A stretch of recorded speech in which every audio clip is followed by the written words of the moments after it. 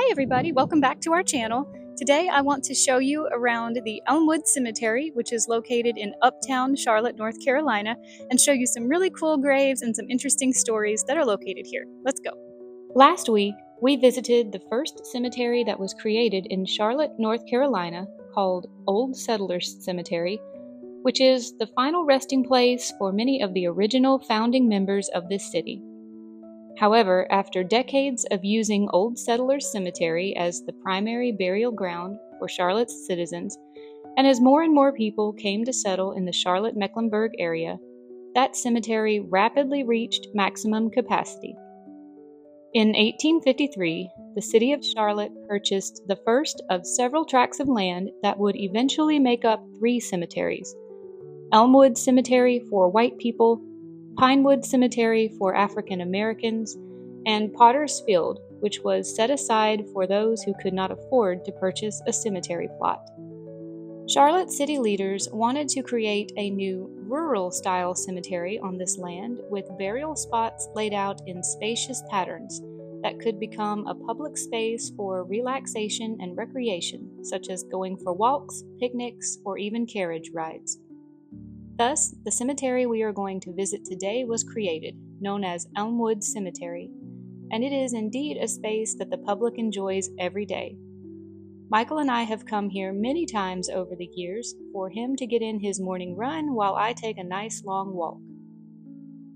The first known interment at Elmwood was reportedly a child, buried in 1855. Elmwood, Pinewood, and Potter's Field were officially combined into one large cemetery during the Civil Rights Movement in the 1960s, and the fence that separated them was removed in 1969. The cemetery still has plots available today. Although the cemetery opened before the Civil War, Elmwood lots did not start selling at a brisk pace until after the war, a reflection of Charlotte's rapid development in the New South era. Charlotte's first textile enterprise opened in 1880 and was quickly followed by several others. These cotton manufacturing ventures attracted related businesses, and by the mid-1880s, the town of Charlotte had become known as a little city with big city ambitions.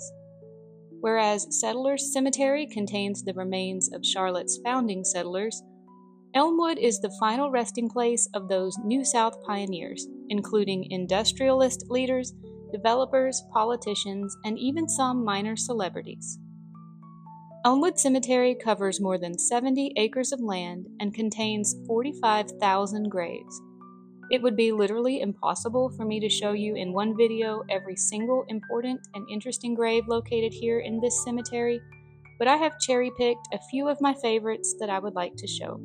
The first gravesite that we are going to visit is located all the way in the back of the cemetery here, almost where the cemetery ends and Interstate 77 begins. Philip Lance Van Every was the son and grandson of the founders of the Lance Packing Company. He joined the family business in 1932 as a salesman when the annual sales were below $1 million, but he eventually became president and CEO. He sought advice on how to run the business from McCormick & Company, the spice company in Baltimore, and instituted his own version of McCormick's multiple management program at Lance, which became very successful. He also started a 100% company-funded employee pension fund. In 1961, he oversaw the building of a new expansive plant on South Boulevard and opened that facility in 1962. I've known lots of people who worked for Lance on South Boulevard. They still make Lance snacks there today. Under Mr. Van Every's leadership, the company grew rapidly from a small family-owned operation into a nationally recognized public company. At his retirement in 1973, the company had 4,500 employees in 34 states and made $80 million in annual sales. In the 1950s, Mr. Van Every entered public service and quickly gained a reputation for his political honesty. He served on the Charlotte City Council and was then elected mayor of Charlotte from 1953 to 1957. During his tenure, he presided over the completion of Independence Boulevard, an expansion of the Memorial Hospital, built the Park Road Shopping Center and Ovens Auditorium Coliseum complexes, which are still thriving areas today, and he launched the fundraising campaign for the building of the Dowd YMCA. His passion for the Carolinas and civic responsibility inspired him to establish the Philip L. Van Every Foundation in 1961, which works to fulfill his legacy and steward the Lance Incorporated history. He is recognized as one of the state's most prominent business and government leaders and was inducted posthumously into the North Carolina Business Hall of Fame in 1992. Next, we are going to check out the gravesite of a man named Charlie Huck. Huck was a 65-year-old man who was employed as the head animal trainer for the Melville Rice Carnival. This carnival had come into Charlotte in January of 1930. One of the carnival's main attractions was Leo the lion, who Charlie was responsible for and trained. One night after feeding Leo, Charlie got the bright idea to lean in and give the lion a pat on the head. Leo clawed at Charlie's arm, pulling him into the cage. Charlie was able to break free from the lion, but he died of the infection within a week. Charlie's tombstone has been busted as long as I can remember. I've been coming to this cemetery for years, and I remember the big crack running down the middle of it. But apparently, the top of the tombstone has either been stolen or perhaps it is being restored. I'm not quite sure, but you can check out this link here if you want to learn more about the restoration efforts for his tombstone. Another circus performer who met their demise at the whim of an enslaved animal is buried here. In 1880, John King was crushed to death by an elephant named Chief. The elephant got irritated by John's improper management of their performance, so he crushed John into the side of the boxcar that they were riding in and then took off down the street. Chief was euthanized and stuffed, but today only his bones still exist. They are stored in the basement of the Cincinnati Museum. Carl Gaddy has a unique-looking tombstone, and I wanted to make sure we didn't miss it. Unfortunately, not much is known about little Carl. He only lived from 1908 until 1914, and his tombstone simply reads, "Killed by a streetcar." Little Carl Kaiser is another mystery, as there is virtually no information about him online either. He lived from 1902 to 1907, and his tombstone reports his age at 5 years, 4 months, 3 days. His death was caused by a druggist mistake. This is the final resting place of Dr. Annie Lowry Alexander, who was the first woman licensed to practice medicine in North Carolina. Dr. Alexander was born in 1864, during a time when even the idea of any woman becoming a doctor horrified many people. She was heavily influenced by her father, who was also a doctor, after one of his female patients refused medical attention because she did not want to be treated by a male doctor, and subsequently died as a result of that decision. Dr. Alexander enrolled in the Women's Medical College of Pennsylvania and obtained her license to practice medicine from the Maryland Board of Medical Examiners, earning the highest grade among 100 candidates. She returned to Charlotte in 1887 and established her own private practice, making her rounds in a horse-drawn buggy until she purchased an automobile in 1911. Dr. Alexander worked as a physician at the Presbyterian College for Women, which is now Queen's University of Charlotte, for 23 years. During that time, there were outbreaks of malaria, typhoid fever, and hookworm. During World War I, Dr. Alexander was a first lieutenant in the United States Army and was appointed acting assistant surgeon at Camp Green in Charlotte. She performed medical inspections of school children and grappled with the devastation wrought by the 1918 flu pandemic. Dr. Alexander died in Charlotte on October 15, 1929, after contracting pneumonia from a patient. I really thought about skipping this next tombstone, but I thought maybe we should just include it because this is a great reminder of the past and how much we have changed since then. This is the gravesite of Cameron Morrison, who was born in 1869 in Richmond County, North Carolina. In 1898, Morrison participated in the Wilmington Insurrection, a violent coup d'etat by a group of 2,000 white supremacists. They expelled duly elected black and white political leaders from the city, destroyed the property and businesses of black citizens, including the only black newspaper in the city, and killed an estimated 60 to over 300 people. The governor of North Carolina was forced to flee to Raleigh. In spite of all this, Morrison was elected to the North Carolina Senate for one term in 1900. With the help of race-baiting tactics, Morrison defeated his opponents and was inaugurated as the governor of North Carolina in 1921. His governorship was marked by his support of a modern highway system, increased funding for public education, and his battle against teaching evolution in public schools. He opposed most social reforms that were trending at the time, including child labor legislation and voting rights for women. He was later appointed to serve as a United States Senator for the state of North Carolina from 1930 to 1932, and then served one term in the United States House of Representatives from 1943 to 1945. He had several buildings named after himself on the campuses of the University of North Carolina and the North Carolina A&T State University.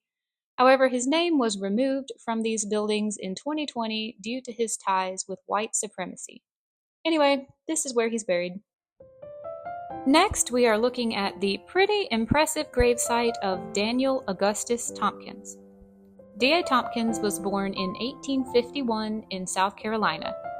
He epitomized the stereotype of the energetic young men who began their lives in the Old South and transformed their careers and their region as New South entrepreneurs.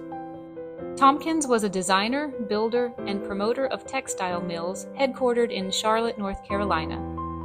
He had a broad and profound impact on the industrial and economic development of the Upper South, especially the Piedmont Carolinas.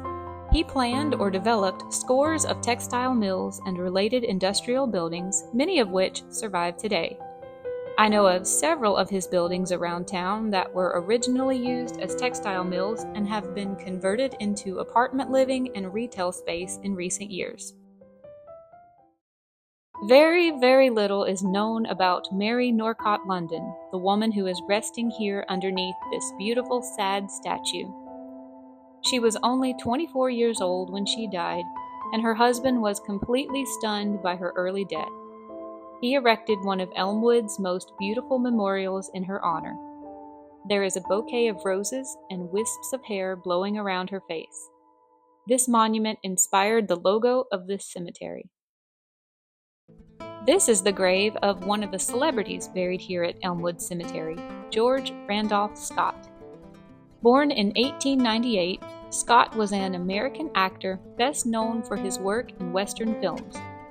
He grew up in Charlotte, North Carolina, where his father was a prominent attorney, and he studied engineering before serving in World War I. However, his interest in acting developed after he returned home from the war, and he headed to Hollywood to pursue a career in the burgeoning film industry. Scott began acting in the late 1920s, initially appearing in a mix of genres, including comedies, dramas, and musicals. He signed with Paramount Pictures in 1929, which opened the door to a wide variety of roles, but it wasn't until the 1930s that he found his niche in westerns. His tall, lean physique and rugged good looks made him an ideal cowboy hero, and he quickly became one of the most recognizable faces in Western cinema. Throughout his career, Scott worked with many of the era's greatest directors, including Cecil B. DeMille and Henry Hathaway. He shared the screen with leading ladies like Marlene Dietrich, Mae West, and Irene Dunne, further cementing his status as a versatile star. But it was his collaborations with director Bud Bouchisher, I hope I'm saying that right, in the 1950s that truly defined his career. Together they made 7 films, now known as the Renowned Cycle, which are considered some form of the finest westerns of the era. These films were characterized by their sparse, minimalist storytelling and Scott's stoic, morally ambiguous characters. By the 1940s, Scott had become one of Hollywood's top box office draws. What set him apart from the other Western stars like John Wayne was his ability to convey vulnerability and introspection despite playing tough, no-nonsense characters. His portrayal of flawed heroes who often struggled with their own personal demons resonated with audiences and elevated the Western genre beyond simple action and adventure. Scott was married twice, first briefly to heiress Marion DuPont, then to Patricia Stillman, with whom he adopted 2 children. Scott was known for his close friendship with actor Cary Grant, with whom he shared a house for several years in the 1930s, fueling speculations about the nature of their relationship. However, Scott remained reticent about discussing his private affairs and maintained his image of the classic all-American leading man. Scott retired from acting in 1962 after the release of Ride the High, widely regarded as one of his best films. He lived the remainder of his life in relative seclusion away from the public eye in Beverly Hills, California. He died in 1987 at the age of 89. Though perhaps not as iconic as John Wayne, Randolph Scott's impact on the Western genre is undeniable. This next gravesite that we are going to is the only one in this video located in Potter's Field, which, if you remember, is the space set aside for people who could not afford their own plot. On the night of September 25, 1932, a young boy carrying no identification climbed aboard a boxcar that was carrying steel beams. And somewhere down the tracks, while he was sleeping, the load shifted, crushing his skull. His body was discovered when the freight train pulled into Charlotte and has since become one of the city's most enduring mysteries. The boy was estimated to be about age 15. On his death certificate, which is still on file, his profession was listed as, quote, hobo. A tag on the shirt he was wearing was traced to a store in Norfolk, Virginia, and widespread inquiries were made to find out who he was. The coroner asked the Charlotte Observer newspaper to publish a death portrait of the boy and share it with other newspapers in the Southeast in hopes that someone would recognize him. But no one ever came forward, and the boy lies here, nameless, in a donated suit and a casket paid for by Charlotte citizens. We have to stop and check out this gravesite because it's just one of the coolest monuments I've ever seen in my life. This log cabin gravestone was carved from a single 15-ton piece of granite, except for the chimney, and it's in honor of a man named Henry C. Sievers. He was a member of the Woodmen of the World, and their insignia is on the backside of this cabin, which is unusual because usually woodmen markers are tree stumps. Henry Sievers was born to German immigrant parents in 1842. His father acquired a tract of land west of the city, which later became the neighborhood known as Sieversville. That's the neighborhood that Michael and I are living in today. After serving in the Civil War, Henry Sievers became a successful real estate developer, building 70 houses in his career, and became one of the most successful businessmen in the city. He is said to have been a repository of historical lore, and he loved antiques. He built a museum on his property and had an extensive collection of Civil War currency and paraphernalia, including old guns, pistols, rifles, and swords. He really enjoyed visiting old battlefield sites and collecting cannonballs, shells, or any other articles of the soldiers he could add to his museum. Henry Sievers died on November 24, 1915, when the train he was riding in collided into another train. His death certificate reads, "Killed in an accident of RR train." Henry Sievers' log cabin is the centerpiece for the Sievers family plot. The rope door handle is also unique and symbolizes that the Sievers door was never locked, but it was always open to all. I didn't know what the Woodmen of the World Association was, so I looked it up for this video. It's a national fraternal benefit society that was founded in 1890. One of the death benefits for their members is a grave monument.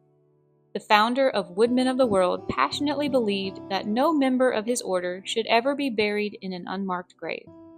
However, this privilege has since been discontinued due to the increased cost of stones. I just couldn't skip this little bench over here, which is marking the final resting place of a man named Benjamin Elbert Douglas Sr. Born in 1894, Mr. Douglas served in the United States Army during World War I. In 1946, a personal request from Franklin D. Roosevelt about finding a way to clean fleece-lined, fur-trimmed flight jackets for the soldiers inspired Mr. Douglas to found his company called Douglas Furs, furs with a U. He used his knowledge from previous dry cleaning experience and developed a thriving business in fur trading.